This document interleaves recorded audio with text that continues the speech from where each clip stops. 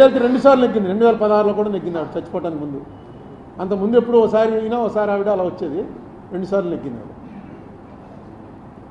ఈ రాజకీయంలో ఎప్పుడు కూడా నిస్సత్వ నిస్సహాయత ఉన్నవాడు రాజకీయాల్లోకి రావటమే అనవసరం. ఉదాహరణ చంద్రబాబు నాయుడే. ఆయన వయసుకి మొన్న వేసంకాలం టీవీలో చూస్తుంటే మనకి చెమటలు పట్టేసావు. ఏంట్రా బాబు ఇంత ఎండలో అలా పడి మెయిన్ రోడ్డు మీద నిలబడి అలా మాట్లాడుతున్నాడు, చెమటలు కారిపోతుంటే మనకే భరించలేకపోతున్నాం. ఏసీ కూర్చుని ఎలా తిరుగుతున్నాడు అంటే ఆ కసి, ఆ రాజకీయం అనేటువంటి ఆ కసి ఉండాలి. నిస్సత్వ తగ్గిపోవాలి. నిస్సహాయత నాకు ఎవడో లేడురా అన్నది ఉండకూడదు. అలా చేశాడు కాబట్టి ఆయన మళ్ళీ రివర్స్ అయింది.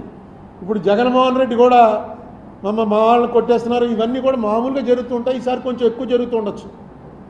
జగన్మోహన్ రెడ్డి దీనికి మైనస్కి ప్రధానమైనటువంటి కారణం ఏంటంటే ఆయన చేసినటువంటి పనులు కక్షతో చేస్తున్నాడు అని మిడిల్ క్లాస్ జనం నమ్మారు. ఆయన చేస్తున్నటువంటివి రూల్ ప్రకారం చేశాడా, రూల్ ప్రకారం చేయలేదా అన్నది పక్కన పెట్టి, రూల్ ప్రకారం చేసినా రూల్ ప్రకారం కాకపోయినా ఇది కక్ష పట్టి చేస్తున్నాడు అని ఖచ్చితంగా మెజారిటీ ప్రజలు నమ్మారు. ఇంకా ఏ బడుగు బలహీన వర్గాల వాళ్ళ ఓట్లు నీకు వస్తాయనుకున్నావో ఆ బడుగు బలహీన వర్గాల వాళ్ళంతా కూడా రెక్కాడితే కానీ డొక్కాడని జనం. ఆ జనానికి 50 రూపాయల లిక్కరు 200 రూపాయలు దాటిపోతే తాగకుండా ఉండలేని పరిస్థితి అనేక సంవత్సరాల నుంచి అలవాటు చేసాం. సాయంకాలం అయ్యేటప్పటికి ఇంటికి వెళ్ళేటప్పుడు లెక్కర వేసుకుని వెళ్ళడం అలవాటు అయిపోయిన వాళ్ళు ఒక్కసారిగా బడ్జెట్లో మార్పు వచ్చేసింది. మీరు ఇచ్చే ఎన్ని వేలు ఇచ్చారు, ఆటో డ్రైవర్కి ఇచ్చారు, తర్వాత చిన్న చిన్న పనులు చేసుకుంటున్న వాళ్ళకి ఇచ్చారు, 3000 రూపాయలు పెన్షన్ ఇచ్చారు, ఇవన్నీ కూడా కలిపి కూడా ఆ ఫ్యామిలీ బడ్జెట్లో తేడా వచ్చేసింది ఈ లెక్కర వల్ల. మీకు ఎలక్షన్లు పోవడానికి వాళ్ళకి డైరెక్ట్గా గవర్నమెంట్ తోటి సంబంధాలు ఉండవు. లాస్ట్ టైం కన్నా ఈవేళ బాగున్నావా లేదా, ఎవడు ముఖ్యమంత్రి ఎవడు ప్రధానమంత్రి, మామూలు పని చేసుకున్న వాళ్ళకేమీ అది ఉండదు. ఉల్లిపాయ రేటు గురించి ఒక గవర్నమెంట్ పడిపోయింది ఢిల్లీలో. నా బహుశా 70 80లోనో ఉల్లిపాయ రూపాయి ఉండేది 5 రూపాయలు అయింది.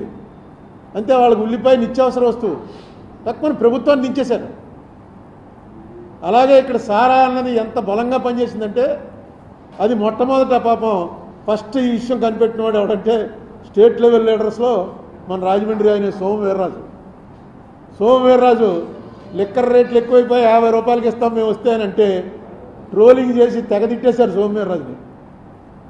అదే చంద్రబాబు నాయుడు గారు డైరెక్ట్గా మీటింగ్లోకి వచ్చి చెప్పాడు 50 రూపాయలకే మీకు నాణ్యమైన లిక్కర్ ఇస్తాను మేము వస్తాయని. అది పనిచేసింది. సోమవీర్రాజు ముందే చెప్పాడు అది, ఎందుకంటే అతనికి ముందే వెలిగింది. ఇది దీనివల్ల చాలా ఫ్యామిలీస్లో చాలా ఇబ్బందులు అయిపోతున్నాయి ఆర్థికంగా. తర్వాత ఇంకా చంద్రబాబు నాయుడు గారు చేయవలసిన 1-2 పనులు ఏంటంటే డీలిమిటేషన్ వస్తుంది. డీలిమిటేషన్ వచ్చి సీట్ల సంఖ్య 700 దాటిపోతుంది. అందుకే పార్లమెంట్ కొత్త బిల్డింగ్ కూడా 700 దాటిన వాళ్ళు 800 మంది పట్టేలా కట్టారు.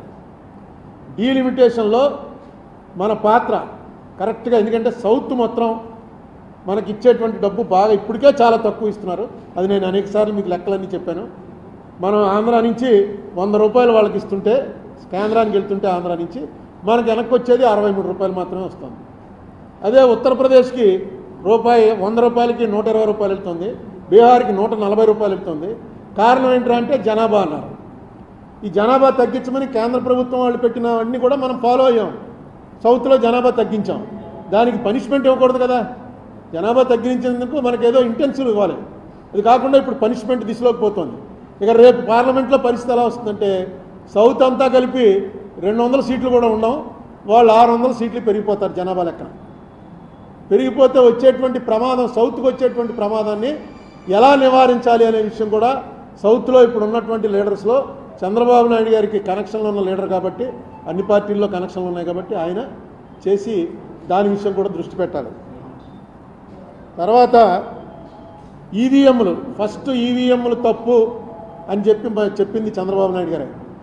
ఆయనతో పాటు ఉండేటువంటి ఆయన పార్టీ లీడర్ ఒక ఆయన హరిప్రసాద్ గారని, ఆయన అయితే అరెస్ట్ కూడా అయ్యాడు. ఆ ఈవీఎంలు చూపించి ఇవి ఎలా పనిచేయవో అన్నీ చూపించాడు. ఆయన ఎక్కడ నొక్కితే ఎక్కడికో వెళ్ళిపోవటం, ఇవన్నీ ఎలా ఉంటాయో చూపించాడు.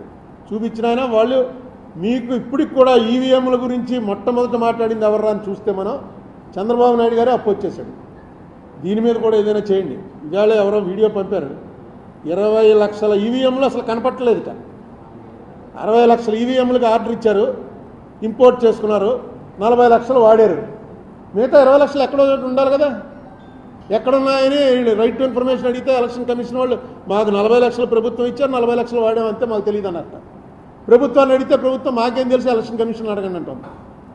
20 లక్షల ఈవీఎంలు దింపారు, అవి ఏమైపోయాయో తెలియట్లేదని ఈవేళ ఒక పెద్ద లీడర్, ఆయన కమ్యూనిస్ట్ లీడరు, ఆయన పెట్టాడు 20 లక్షలు ఏమైపోయాయని. ఇలాంటి వాటిని అన్నిటి నుంచి కూడా ప్రజల్లో అసలు అనుమానమే రాకూడదు. మనం వేసిన ఓటు కరెక్ట్గా దానికి వెళ్తుందా, ఇది మారిపోతుందా అనేటువంటి అనుమానమే రాకూడదు. చంద్రబాబు నాయుడు గారు ఆ విషయం మీద కూడా ఆయన దృష్టి పెట్టాలి. ఎందుకంటే మంచి అవకాశం వచ్చింది. బీజేపీ ఎన్డీఏ కూడా, ఎన్డీఏకి ఇండియాకి ఓన్లీ 2%, 2 కూడా పూర్తిగా లేదు, 2% ఓట్స్ డిఫరెన్సే ఉంది ఇండియా గ్రూప్కి ఎన్డీఏకి. సీట్లు వీటిలో చాలా తేడాలు వస్తాయి. సీట్లు బట్టి కాకుండా ఓటింగ్ చూసుకుంటే ఎన్డీఏకి దీనికి కేవలం 2% కూడా పూర్తిగా లేదు, 1.9% తేడాలో ఉన్నారు. ఇది మంచి అవకాశం. ఈ మంచి అవకాశాన్ని చంద్రబాబు నాయుడు గారు సద్వినియోగం చేసుకోవాలని కోరుకుంటున్నా. మనకు కూడా ఇక్కడ ఇటువంటి వీళ్ళు కూడా వైసీపీ వాళ్ళు కూడా ఏం డిస్కరేజ్ అవ్వాల్సినటువంటి అవసరం లేదు. 26 సీట్లు వచ్చాయి, గుర్తు తెచ్చుకోండి. 94లో నేను ఫస్ట్ అసెంబ్లీకి పోటీ చేసినప్పుడు పివి నరసింహారావు గారు ప్రధానమంత్రిగా ఉండగా ఇక్కడ కాంగ్రెస్కి వచ్చినటువంటి సీట్లు 26 మాత్రమే. ఏది 294కి 26, 296కి 26 వచ్చింది.